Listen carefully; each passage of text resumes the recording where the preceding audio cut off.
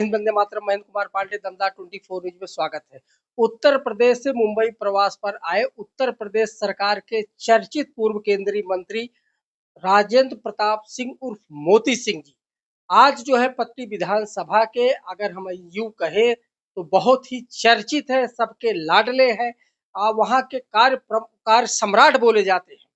आज हमारे साथ वार्तालाप करने के लिए है। अहम मुद्दा होगा आज उत्तर प्रदेश सरकार किस तरह से कार्य कर रही है। आज उसी मुद्दे पे बात होगा। आपका दमदार 24 बहुत बहुत स्वागत है। धन्यवाद। सर, पहला मेरा सवाल रहेगा कि इस समय उत्तर प्रदेश सरकार उत्तर प्रदेश में इस शासन चला रही कि कुशासन चला रही, क्योंकि विपक्ष लोग तो बहुत कुछ बोलते हैं। उत्तर प्रदेश में विपक्ष नाम की कोई चीज नहीं है। और उत्तर प्रदेश में 2014 से देश में और 2017 से उत्तर प्रदेश में कानून का राज है, जीरो टॉलरेंस का राज है, कानून व्यवस्था का राज है, विकास का राज है और अमन चैन का राज है। इसलिए उत्तर प्रदेश अब उत्तम प्रदेश बनने की राह पर है और भारत, आधुनिक भारत बनने के मजबूत रास्ते पर बहुत मजबूती से आगे चल पड़ा है। आज आपने देखा कि हमारे प्रधानमंत्री जी की प्रतिभा, हमारे प्रधानमंत्री जी की कर्तव्य निष्ठा, हमारे प्रधानमंत्री जी ने भारत के सम्मान को इतना ऊंचा किया। आज रूस के राष्ट्रपति महोदय पुतिन साहब का हमारे देश में आगमन हुआ और ऐतिहासिक समझौते हुए जो इस देश की अन्य सरकारों में संभव नहीं हो सका। अटल जी की सरकार के बाद अगर अभूतपूर्व कार्य हमारे भारत के प्रधानमंत्री के नेतृत्व में हुए तो अद्भुत हैं और अकल्पनीय है। कभी सोचा नहीं था जो भारत के राजनीतिक दलों ने, वो आज भारतीय जनता पार्टी के नेता और देश के यशस्वी प्रधानमंत्री, विश्व के सबसे बड़े राजनेता नरेंद्र मोदी जी ने किया। और उत्तर प्रदेश में हमारे यशस्वी मुख्यमंत्री योगी आदित्यनाथ जी संत हैं, जिनका कोई अपना निजी परिवार नहीं है, जिनका परिवार उत्तर प्रदेश है, जिनका परिवार आज हर व्यक्ति है, उनके नेतृत्व में और प्रधानमंत्री जी के आशीर्वाद से आज सुशासन का प्रदेश उत्तर प्रदेश माना जाने लगा, जहाँ महिला सशक्तिकरण की दृष्टि से हम बहुत आगे हैं, बालिका समृद्धि के क्षेत्र में हम बहुत आगे हैं, किसानों की आमदनी को हमने दूना करने में सफलता अर्जित की, अर्थव्यवस्था में हमने भारत की अर्थव्यवस्था को मजबूत करने में उत्तर प्रदेश की आर्थिक नीति और वहाँ की आर्थिक स्थिति ने मदद की। सड़कों के निर्माण में, बिजली की आपूर्ति, ऐसी बिजली की आपूर्ति किसी ने उत्तर प्रदेश में सोचा नहीं था, जो योगी सरकार में सुनिश्चित हुई है उत्तर प्रदेश में। पेयजल के क्षेत्र में देश के प्रधानमंत्री ने हर घर नल से जल की जो बात उन्होंने घोषित की थी, वह चरितार्थ हो रहा है। पुल पुलिया, सिंचाई, उर्वरक, जो भी युवाओं को रोजगार देना, युवा शिक्षा, आधुनिक शिक्षा, चिकित्सीय शिक्षा, आज रूस से जो समझौते हुए उसमें चिकित्सा के भी क्षेत्र में भी एक ऐतिहासिक समझौता हुआ है कि हमारे बच्चे अब रूस के बच्चे हमारे यहाँ, हमारे बच्चे रूस की चिकित्सा शिक्षा से जुड़ेंगे। और आज जितने भी समझौते हमारे प्रधानमंत्री जी की मौजूदगी में हुए हैं, उससे भारत की अर्थनीति मजबूत होगी, भारत का विकास मजबूत होगा और आधुनिक भारत की कल्पना चरितार्थ होगी। सर, जैसे अगर विपक्ष बोले तो एक प्रोपोगंडा मचाता है कि उत्तर प्रदेश में रोजगार नहीं है, युवा जो है बेरोजगार होके घूम रहे हैं।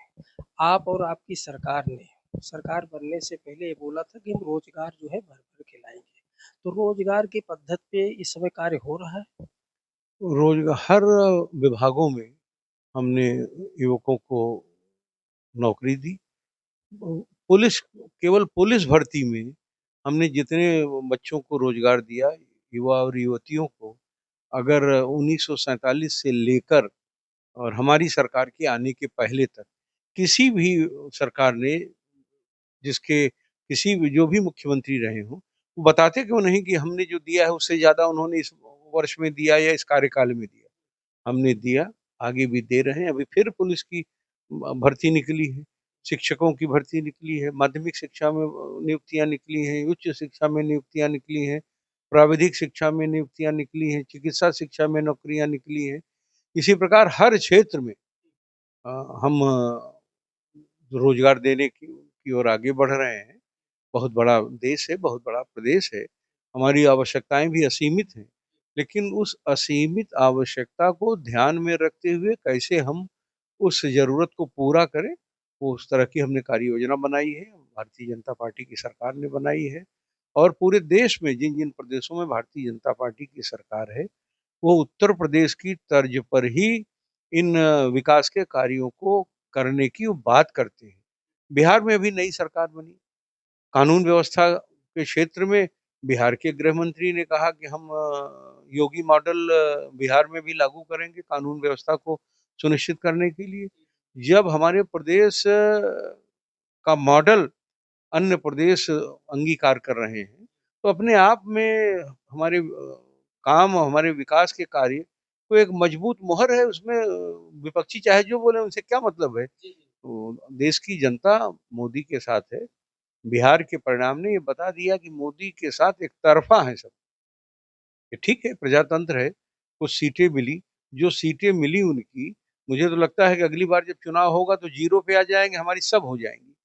तो भारतीय जनता पार्टी उत्तर प्रदेश में तीसरी बार भी 2027 में प्रचंड बहुमत से सरकार बनाएगी। और जितना विपक्ष ने कल्पना नहीं की होगी, उससे कहीं बहुत अधिक सीटें हम प्राप्त करके तीसरी बार भारतीय जनता पार्टी की सरकार बनाएँगे। सर, एक अहम मुद्दा था जो इस समय ट्रेंडिंग में चल रहा है, वो एसआईआर का मुद्दा है। जो लोगों की तरह एकदम बवंडर मचाया जा रहा है, लोग जो देश की जनता हो, चाहे प्रदेश की जनता हो, उनको भड़काया जा रहा है कि आपको अपने प्रदेश से और देश से निकाला कराया जाएगा। ये भारतीय जनता पार्टी का बहुत बड़ा ट्रेंड है। इसमें भी थोड़ा प्रकाश डालिए क्योंकि जनता बहुत ज़्यादा भयभीत है। एसआईआर कोई नई चीज़ इस देश में नहीं हो रही है। ये एक निरंतर चलने वाली प्रक्रिया है। हम भारत के भारतवासी को यह अवसर दे रहे हैं कि वो जहाँ चाहें, जहाँ उनका मूल निवास है, जहाँ के वो निवासी हैं, वहाँ के वो मतदाता हों।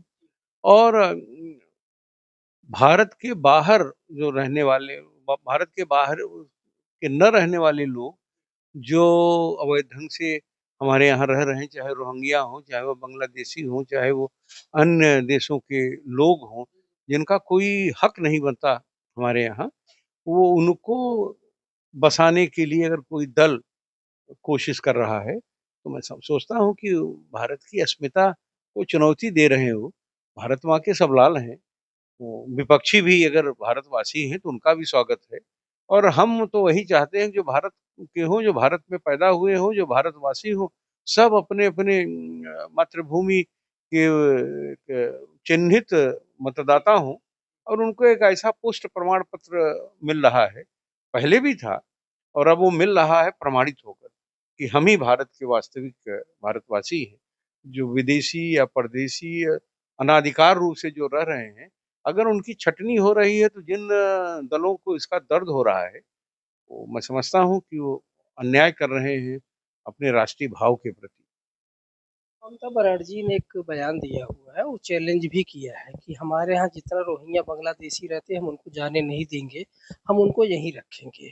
तो एक प्रकार के राष्ट्रद्रोह नहीं हुआ, राष्ट्र के साथ खिलवाड़ नहीं कर रही सुरक्षा के साथ? ममता दीदी महिला हैं और उनके इस बयान पर बेहतर टिप्पणी हमारा केंद्रीय नेतृत्व, हमारे देश के प्रधानमंत्री देंगे। और जो उनका बयान होगा, जो उनका स्टैंड होगा, वो हम सबका स्टैंड है। ममता दीदी भारत की बेटी हैं, उन्हें भारत माँ से अगर प्यार है, तो इस तरह की बयानबाज़ी से वो अपने को दूर रखें और भारत माँ की बेटी के रूप में अपने आचार-विचार को समाज के सामने प्रस्तुत कर जो भारत के संविधान के अनुरूप अपना आचरण रखें। एक प्रदेश की वो मुख्यमंत्री हैं, इतनी बड़ी राजनेता हैं। इस तरह की गैर ज़िम्मेदाराना बात करना ममता जी की हैसियत को शोभा नहीं देता। एक लास्ट में एक सवाल रहेगा उत्तर प्रदेश सरकार की, जैसे कि आप लोगों ने कहा था कि हमारे राज्य में बहन-बेटियाँ पूरी तरह सुरक्षित हैं। वो रात को 1 बजे जाए, 2 बजे जाए, 12 बजे जाए। तो ये मुद्दे पे उत्तर प्रदेश सरकार कार्य कर रही है, आपराधिक गतिविधियों पर आपका अंकुश लगा हुआ है आपके शासन प्रशासन? मैंने कहा जीरो टॉलरेंस है। लखनऊ हो, प्रयागराज हो, काशी हो, माँ विंध्यवासिनी का धाम हो, अयोध्या हो, या इस तरह के ऐसे दर्शनीय स्थल जहाँ बराबर आप लोगों का आवागमन बना रहता है, या ऐसे जनपद जहाँ पर लोगों का व्यवसाय के सिलसिले में, शिक्षा के सिलसिले में, अपने निजी रिश्तों के सिलसिले में आना जाना पड़ता है। और रात को 2 बजे भी महिलाएं बहुत ही आराम से अपनी यात्रा को अंजाम दे रही हैं, और किसी का साहस नहीं है कि उनकी ओर खराब दृष्टि से देखने का वो प्रयास करे। अगर वो देखने का प्रयास कर रहा है तो उसका हमारे उत्तर प्रदेश की वही पुलिस, जिसको हमने पंगु बना रखा था, वही पुलिस कार्रवाई कर रही है और अराजक तत्वों का इलाज भी कर रही है। एक बार अपने मुखारबिन से उत्तर उत्तर प्रदेश की जनता को आप आह्वान कर दीजिए कि जो एसआईआर का मुद्दा है, इस पे किसी को भौकाल में ना पड़े, प्रोपेगेंडा में ना पड़े, कोई दिक्कत नहीं। आप जैसे यहाँ के रहवासी हैं, तो आप यहीं पे रहेंगे, आपके साथ कुछ अनैतिक कार्य नहीं होगा। एसआईआर ने उन लोगों को अवसर दिया जिन्हें अभी तक हम मतदाता सूची में नहीं शामिल कर सके थे, और 18 वर्ष की आयु वो पूरी कर चुके हैं। वो सब मतदाता सूची के भाग होंगे, हमारे मतदाता होंगे, देश के भविष्य और देश के भाग्य का वो फैसला करेंगे।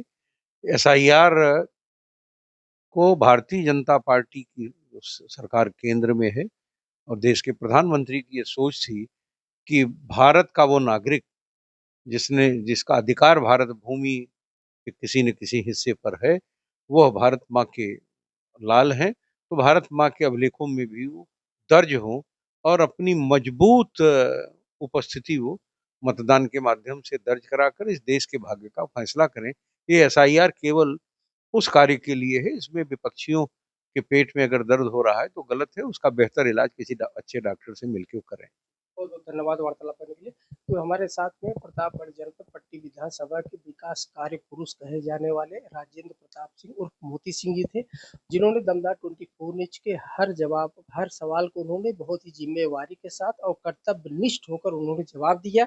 जो आज प्रदेश में हो चाहे देश में हो, जो एसआईआर के मुद्दे पे लोग जो जनता को जो बरगला रहे, उस पर भी उन्होंने प्रत्यक्ष रूप से प्रकाश डाला कि इस पे किसी को डरने की जरूरत नहीं है। जो देश के बाहर है, जैसे उन्होंने कहा, जो हमारे देश में प्रदेश में घुसपैठिए आ गए हैं, उनको बाहर जाना ही होगा। वो हमारे यहाँ के रहवासी नहीं, वो जहाँ के रहवासी वहाँ पर रहे। तो कैमरामैन निजाम के साथ महेंद्र कुमार पांडे, दमदार 24 न्यूज, मुंबई।